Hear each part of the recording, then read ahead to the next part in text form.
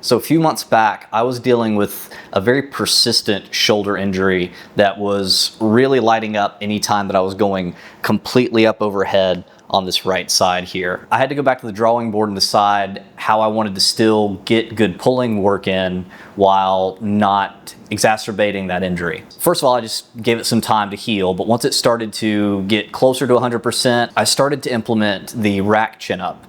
And the reason that I went with that variation specifically is, one, I'm mostly working out in the garage gym, so I don't have a ton of different pieces of equipment to choose from. And then because of the nature of the rack chin up, it doesn't have you going nearly into as high of a degree of shoulder flexion as the regular chin up does. The way your body is positioned, that arm is a little more in front of you. And that made it to where I could hop right into challenging my lats in a similar variation as the pull-up without lighting up that issue.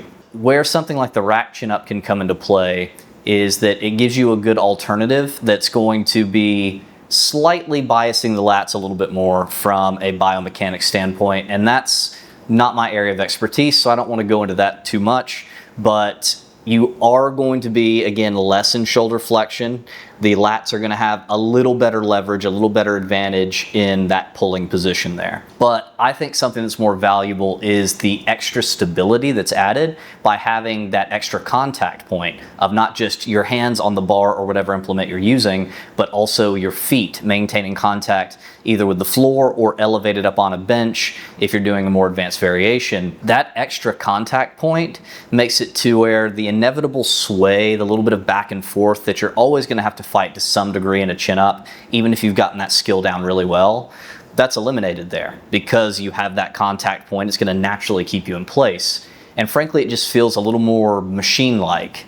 Not that machines are the end-all be-all, but that just consistent, smooth, sway-free movement really feels good for being able to just grit your teeth, pull hard, and focus on destroying your lats.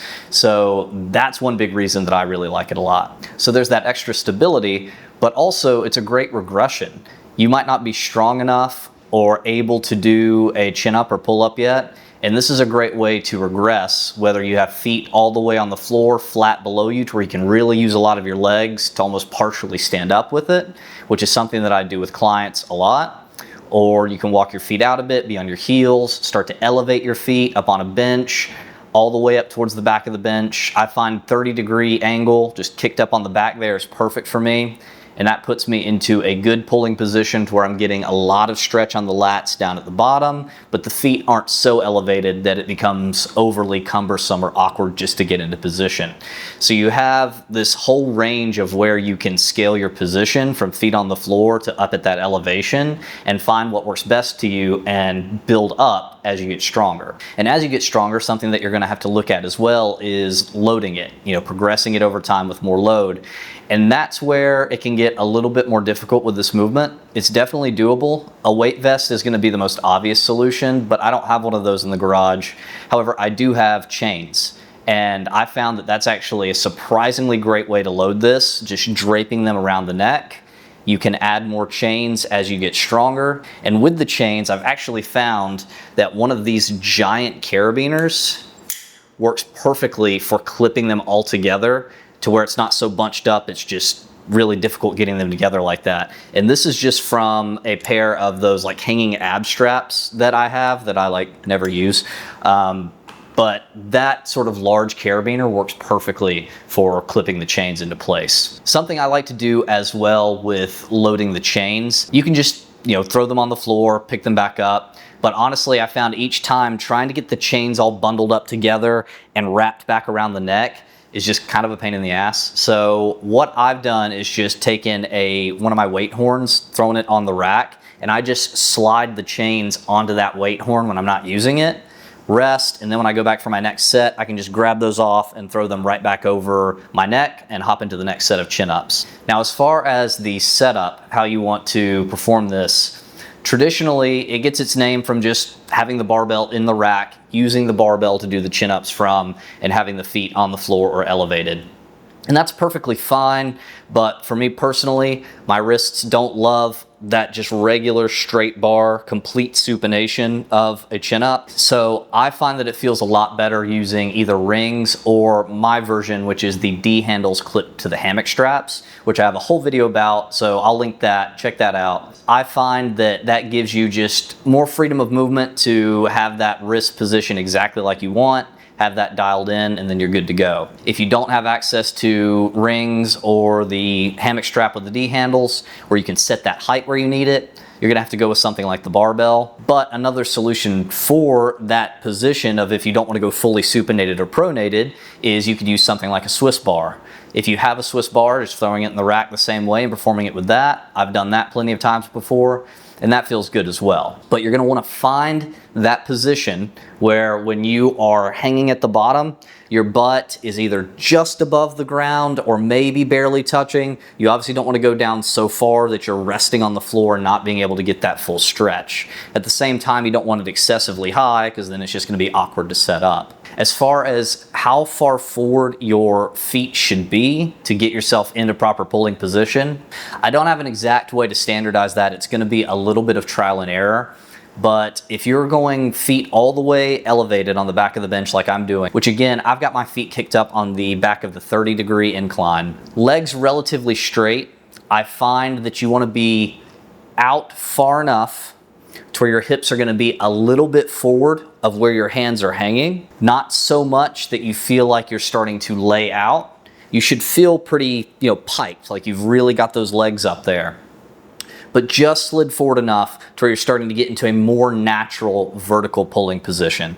So play with that a little bit, find your spot, and then just kind of get used to eyeballing on the floor where to set your bench or whatever you're propping your feet up on. Another aspect that can be a little tricky with this movement is the overall technique and body positioning. That's something where both myself and working with clients, I've found that I've had to kind of fine tune it a little bit. The tendency is to really try and draw those hips forward and to almost lean back into like a ring row sort of situation. Just start to turn it more into a row rather than a vertical pull. And so you want to be careful not to let your hips lift up too much. That being said, in the beginning, knowing that, I was really focused on staying as completely upright and vertical as I could. And I found that I was getting way more bicep involvement than I wanted versus lat involvement. Biceps are obviously going to work secondarily in any sort of pulling motion like this, especially more supinated, which I tend to be. I just found that it was like lighting up my biceps more than my back. And frankly, that's because as you're super upright here, you're really going to close that elbow angle down. And I mean, it's pretty much the top of a curl here. If I'm trying to drive my elbows down and back and I stay super upright, this position is not going to be feasible. So you're going to end up more here. And again, just really getting that bicep, squeezing that elbow joint shut. Whereas if you look at me in an example of my rack chins, I'm leaned back a fair amount to where I'm driving that elbow more down this way, almost like you would on a lat pull down where you lean back a bit. That's going to make it to where you're not closing that elbow joint as intensely with the bicep, and you're allowing that lat to really drive the upper arm down by your side and allow that to do more of the pull rather than the biceps. So that's something to play with, is your positioning on these, and find that sweet spot of where you're really feeling the back do as much of the work as possible. But again, you're not starting to draw those hips up excessively and just kind of turn it into like a weird bastardized ring row or something like that. So it takes a little bit of play with finding that proper position. And that's what can make it a little more tricky than something like just a lat pull down machine where you can hop in, grab the bar, pull down, go up, and you're good. Which is why in like a commercial gym setting where you have a ton of different back machines to choose from, I wouldn't necessarily say this is going to be my go-to for most people in that situation. But if you're in the home gym like me, and you're in a circumstance where you either want to or need to go beyond just the traditional chin up, pull up, hanging from the bar, this is what I would recommend. Again, it can be a great regression, but also just a good alternative that's going to hit it from a little bit of a different angle. It's still perfectly loadable, perfectly progressible, and frankly, a little bit more stable than the regular chin up. That doesn't make the chin up bad. Stability is an important component of a good bodybuilding movement, but frankly, it's only up to a certain point. It's kind of diminishing returns on that. If you look at something like a Bosu ball squat versus a barbell back squat, the barbell back squat is significantly more stable, so you're going to get significantly greater stimulus on the legs doing it from the flat floor versus the Bosu ball. But then if you go from something like a barbell back squat to a Smith machine back squat, there is going to be added stability to that because now you're on a machine, you don't have to balance anything.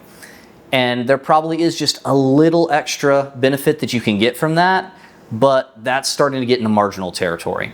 So all of that is to say that just because a movement might not have 100% stability doesn't mean it's bad at all. But the more stable something gets in general, the better it's going to be for producing that force recreatively rep after rep and really getting the sort of hypertrophy bodybuilding work that we're looking for. So I know I kind of went off on a tangent there, but to sum all this up, why you would want to do something like a rack chin versus just a regular chin up or pull up is it's going to give you a little bit more variety. It's going to allow you to hit your lats from a slightly different angle. And if you're in a position like I was, where you're in some sort of injury or dealing with some sort of ache or pain, this could be a way to mitigate that and work around it while still training your back quite hard. If you guys end up giving this a shot, please let me know in the comments what you think, what your setup's like, and what your preferred method of loading this is. I really like the chains, but maybe there's some other ways out there that you found that work really well too. So please like, comment, subscribe, all that YouTube stuff, and I'll catch you guys in the next one. Thanks.